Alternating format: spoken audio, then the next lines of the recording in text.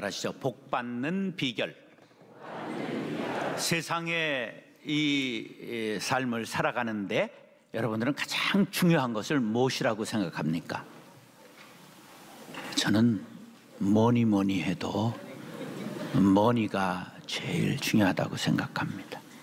돈 없으면 힘들고 무시당하고 하고 싶은 일도 못 하잖아요.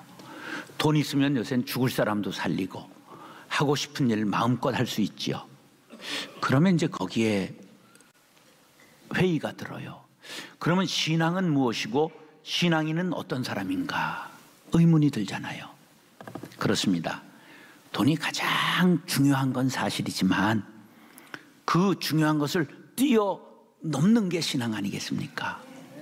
믿음은 세상에서 가장 중요한 것을 움직일 수 있는, 다스릴 수 있는 힘입니다. 그런 면에서 돈에 의해 좌지우지되지 않는 믿음이 참된 믿음이라고 할 수 있습니다. 우리 대한민국의 기독교인들은 정말 대단한 것이 그렇게 어렵게 매달 번 돈을 11조로 드립니다. 우리 재직들 중에 11조를 하는 분들이 얼마나 될까? 60% 정도 11조 합니다. 그럼 안 하시는 분들이 몇 프로 된다는 이야기일까요? 40%는 하지 않는다는 이야기죠. 그러면 왜 안 하는 걸까? 네 가지 이유를 생각해 봤습니다. 아까워서. 구약의 율법이기 때문에 지키지 않아도 된다 생각해서, 중요성을 몰라서, 돈이 내 것이라고 하는 생각 때문에, 아까워서 하지 않는 경우는 아직 믿음이 자라지 않았다고 볼 수 있습니다. 전대가 끌러지기 전에는 참된 회개가 아니다. 유명한 말입니다. 웨슬레가 말했죠. 헌금 생활과 돈을 바르게 사용하지 않는 사람의 신앙은 참된 신앙이 아니라는 말입니다. 그 다음에 구약의 율법이기 때문에 지키지 않아도 된다? 잘못된 것입니다. 예수님은 율법을 지키지 말라고 하신 적이 한 번도 없습니다. 마태복음 5장 17절, 내가 율법이나 선지자를 폐하러 온 줄로 생각하지 말라. 폐하러 온 것이 아니요 어떻게 한다? 우리 거듭난 그리스도인들은 율법보다 더 뛰어난 윤리생활, 신앙생활을 해야 될 줄로 믿습니다. 그 중요성을 몰라서 11조 안 하는 교인들이 있다면 전적으로 가르치지 못한 목사의 책임입니다.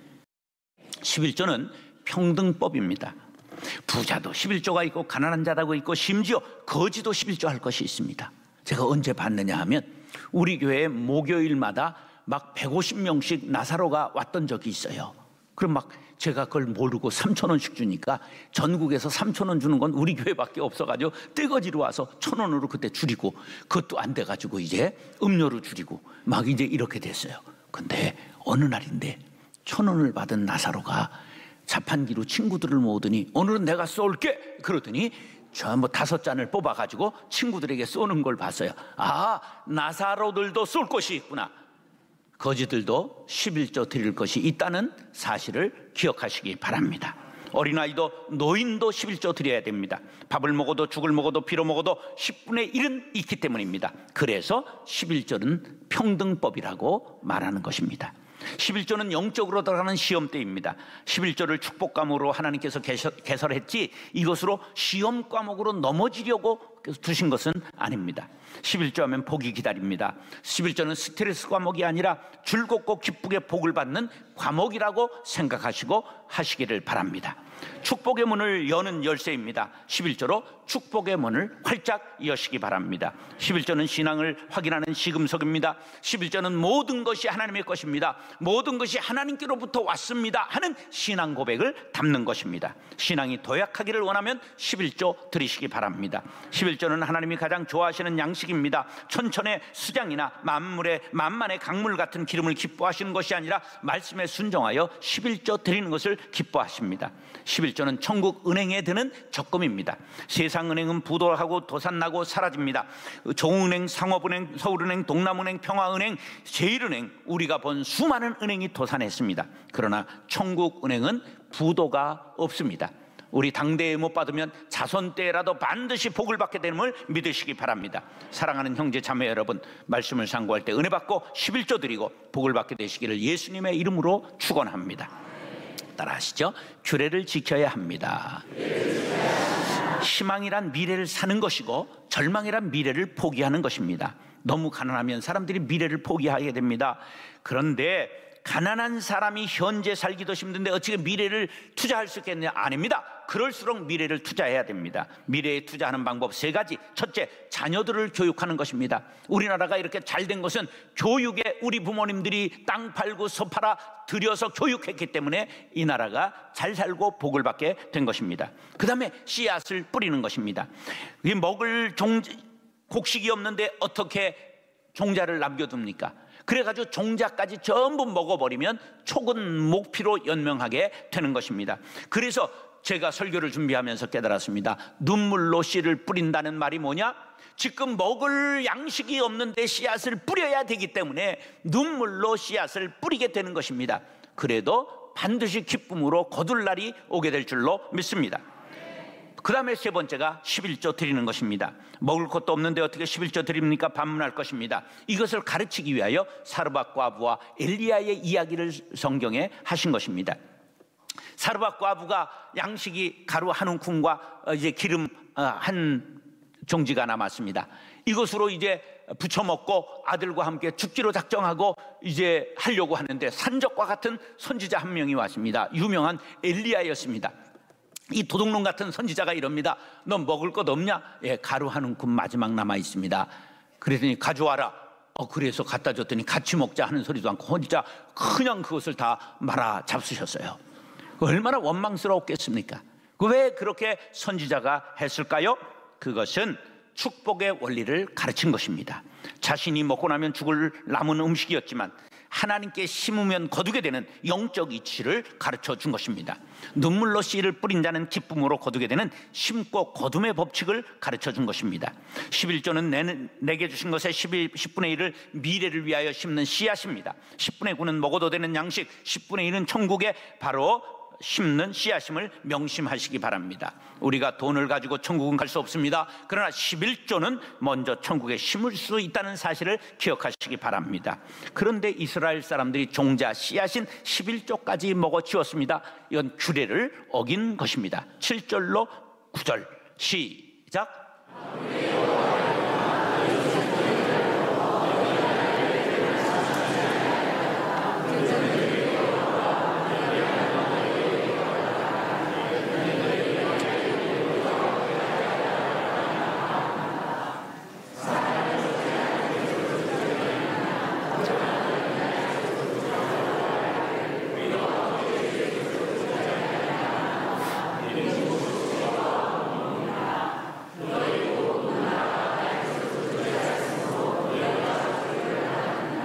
본문에서 나의 규례를 떠났다 할 때 이 떠나다라는 말이 수르라고 하는 히브리 말인데 길을 잘못 들었다, 얼굴을 외면했다 그런 뜻입니다.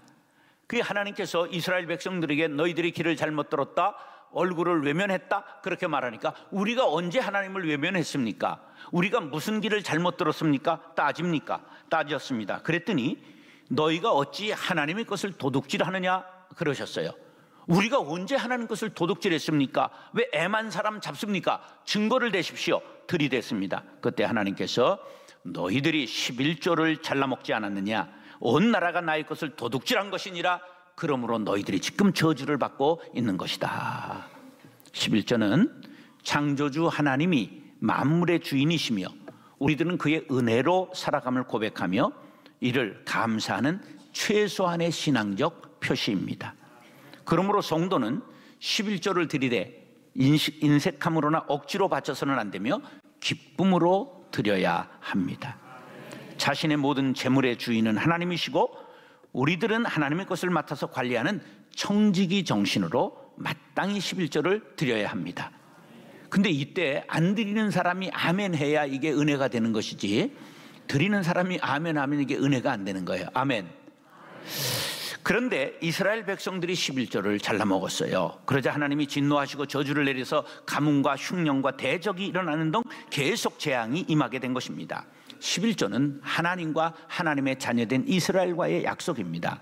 우리는 거듭나서 하나님의 자녀되어서 새 이스라엘이 된 사람들입니다. 그러므로 이 약속을 지키면 복이 되고 지키지 않으면 저주를 받습니다. 이 약속에 대하여 레위기 27장 30절은 이렇게 말씀합니다. 시작.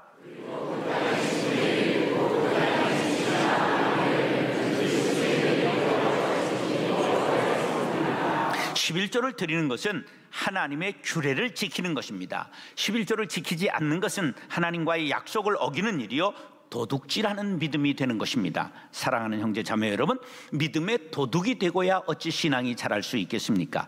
하나님과의 약속인 11조를 드림으로 규례를 지키고 복을 받게 되시기를 예수님의 이름으로 축원합니다. 따라서 온전한 11조를 드려야 합니다. 성경에 나타난 실패자들 중에 물질 때문에 실패한 사람들이 여럿 있습니다. 첫 번째 보면 여호수아가 여리고성을 점령했습니다. 여리고성을 제가 3번 가봤는데요, 얼마나 거대한 성인지 몰라요. 그 유적의 기록을 보니까 10,000년 전부터 도시가 있었어요. 그래, 인류 역사의 가장 오래된 도시가 어디라고요? 가르쳐주고 하는 거라니까. 여리고성이에요. 그런데 그 거대한 성을 무너뜨린 이스라엘이 그 다음에 성에 쬐매한 성에 갔다가 대패하잖아요. 어떤 성이에요? 눈만한 성이었기 때문에 아이성 그런 거예요. 그 쬐만한 성에 가서 무너졌단 말이에요. 그 원인이 무엇이었다고 하나님께서 가르쳐 주셨어요? 너희들 중에 도적질한 놈 있다. 그 제비를 뽑으니 누가 뽑혔어요? 아간이 뽑혔어요. 그게 뭐예요? 시날산의 아름다운 외투 한번 밍크 코트가 탐이 나가지고 훔쳤단 말이에요. 은 200세겔, 무게가 50세겔 되는 금덩이 하나를 숨겨 놓았습니다.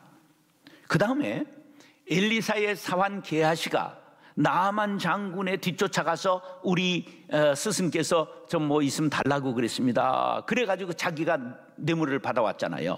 그게 뭐예요? 은 2달란트와 옷 2벌 받은 일로 인하여 게하시에게 뭐가 임했어요? 아니, 복이 임해야지 문둥병 받으면 되겠어요. 이보다 억울한 사람이 사도행전 5장에 나오는데 아나니아와 삽비라입니다. 천국에 어떤 분이 환상 중에 가봤더니 천국 입구에서 프랜카드 둔 남녀가 막 데모를 하고 억울하다 억울하다, 그래서 보니까 아나니아와 삽비라더라는 거예요. 우리는 재산 절반을 바치고도 지옥에 간 것 억울하다, 물어내라, 막 이런다는 거예요. 여러분, 저 재산을 절반 바치고도 지옥에 간 이유는 뭐예요? 거짓말했기 때문이에요. 하나님 앞에서. 왜 이렇게 가혹한 벌을 내리실까요? 이것은 우리에게 온전한 헌신을 가르치시기 위한 것입니다. 거짓말은 이렇게 혹독한 대가를 치릅니다. 11조를 하면서도 온전한 11조 하지 않으면 거짓말하는 결과가 됩니다. 10절 시작.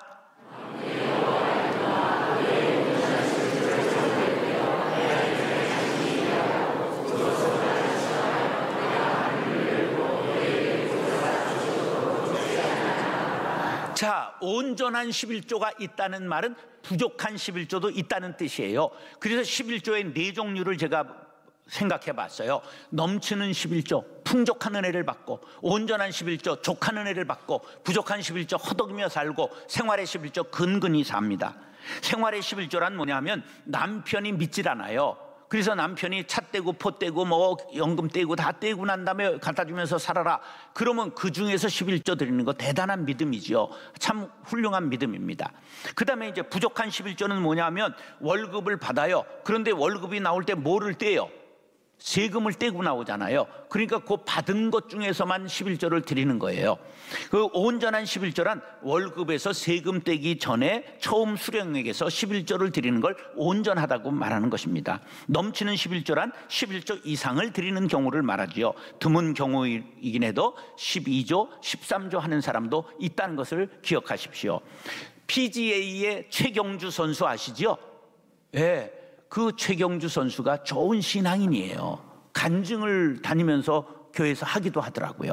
그런데 이분이 이제 100만 불 상금을 받았어요. 근데 미국은요, 굉장히 세금이 세요. 40만 불을 세금으로 가져가는 거예요. 그러면 이제 그 60만 불을 받았어요. 11조 얼마 드려야 돼요?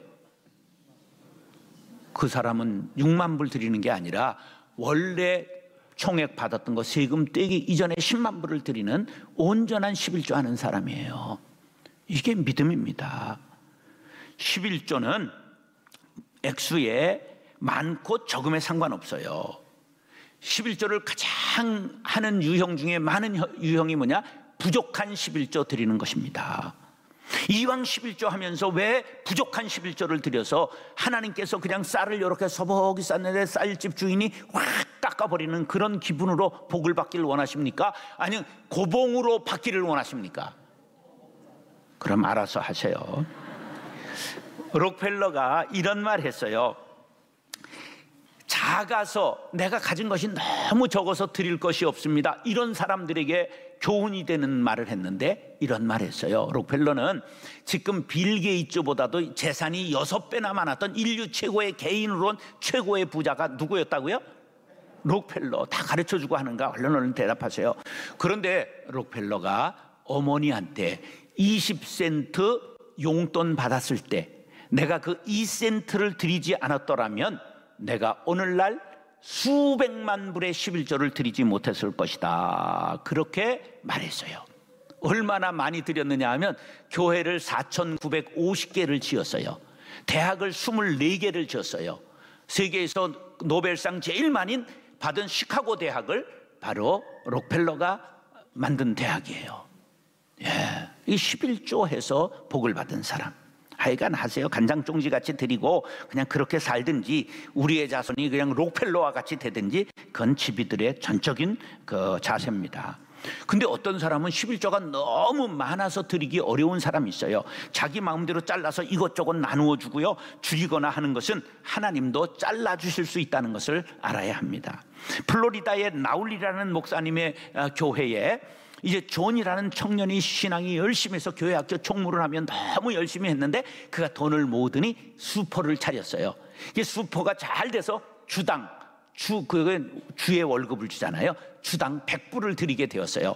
그래가지고 야 존이 요새 사업이 잘 된단다. 근데 더 잘 돼가지고 하나를 더 냈어요, 수포를. 그러니까 주당 얼마를 드려야 돼요?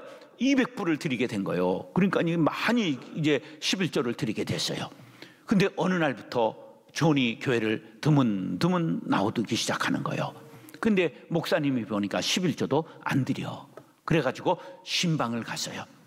손을 잡고 어떻게 자네 예배도 계속 빠지더니 11조도 드리지 않더구만. 그랬더니 목사님, 사업을 하다 보니까 돈이 현금이 있어야 막 물건을 싸게 살 수 있고 돈이 돌아가고 그래서 11조 드리는 것이 조금 거시기 했습니다. 그러는 거야. 그러니까 목사님이 손을 딱 잡더니 기도하자.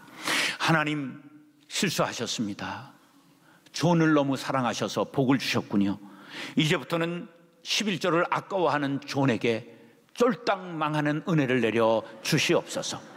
그래서 전혀 11조 드릴 것이 없게 하시고 이제는 다시 교회에 나와 잘 봉사 충성할 수 있는 옛날의 존으로 돌아오게 해 주십시오. 예수님의 이름으로 기도합니다.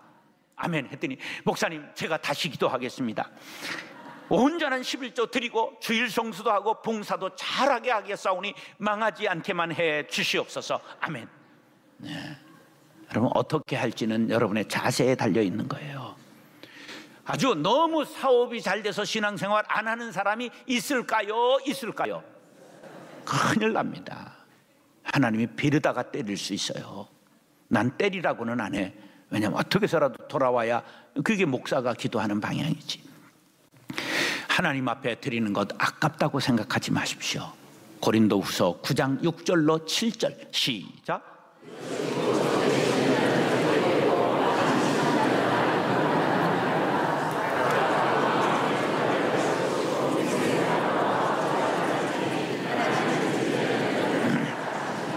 사랑하는 형제 자매 여러분, 온전한 신앙은 온전한 11조에서 시작됩니다. 온전한 복 받기를 원하십니까? 온전한 11조 하시기 바랍니다. 기쁨으로 온전한 11조를 드리고 넘치는 복을 받게 되기를 예수님의 이름으로 축원합니다. 다시 존귀하게 됩니다.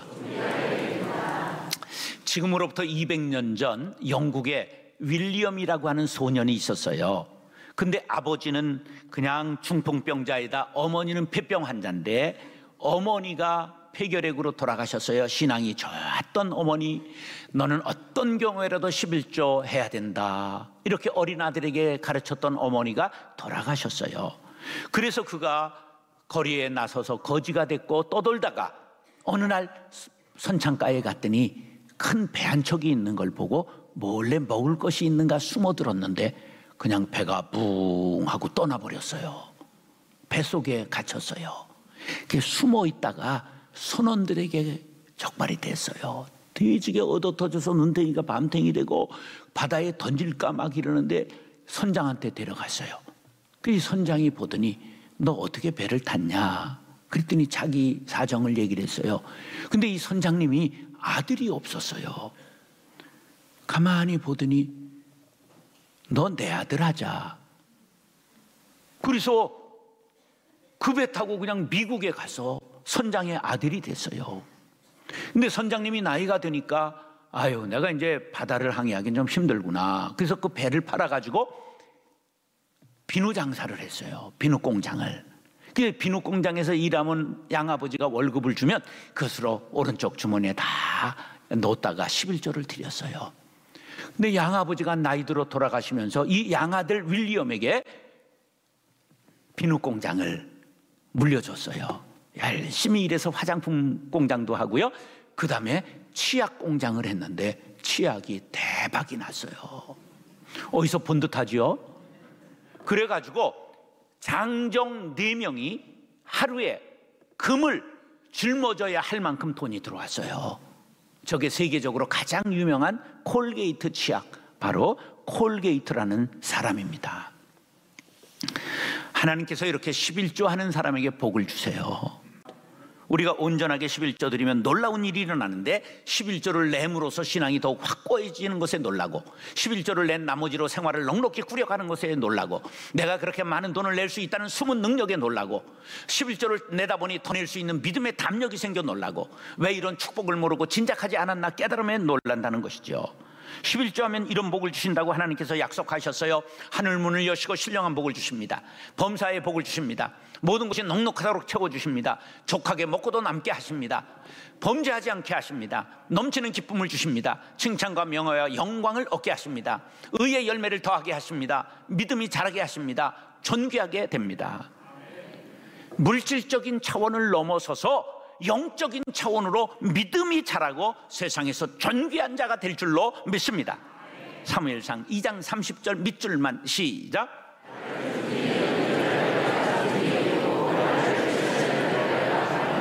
그러니까 하나님을 존중하는 것의 1조가 뭐냐? 만물의 주인은 하나님이십니다. 11조 드리는 것입니다. 할렐루야. 결코 무거운 멍에나 시험이 아니라 11조는 축복 과목입니다. 존귀하게 되는 길입니다. 하나님의 사랑을 물질로 표현하는 것입니다. 하나님의 주권을 인정하는 믿음의 표시입니다. 구원의 은혜에 감격한 복음적 그리스도인들의 영예로운 의무요 권리입니다. 제 자랑하는 것 같아서 제가 받은 은혜는 얘기하지 않으랍니다. 듣고 싶은 분, 증표를 얻고 싶은 분 있으면 제 사무실에 오시면 차를 대접하면서 제가 받은 은혜를 구체적으로 간증하겠습니다. 여러분 꼭 11조 드려 가문이 명문되는 놀라운 역사가 일어나게 되기를 간절히 바랍니다. 영예로운 의무와 권리인 11조를 기쁨으로 드려 하나님의 복을 받아 존귀한 자가 되시기를 예수님의 이름으로 축복합니다.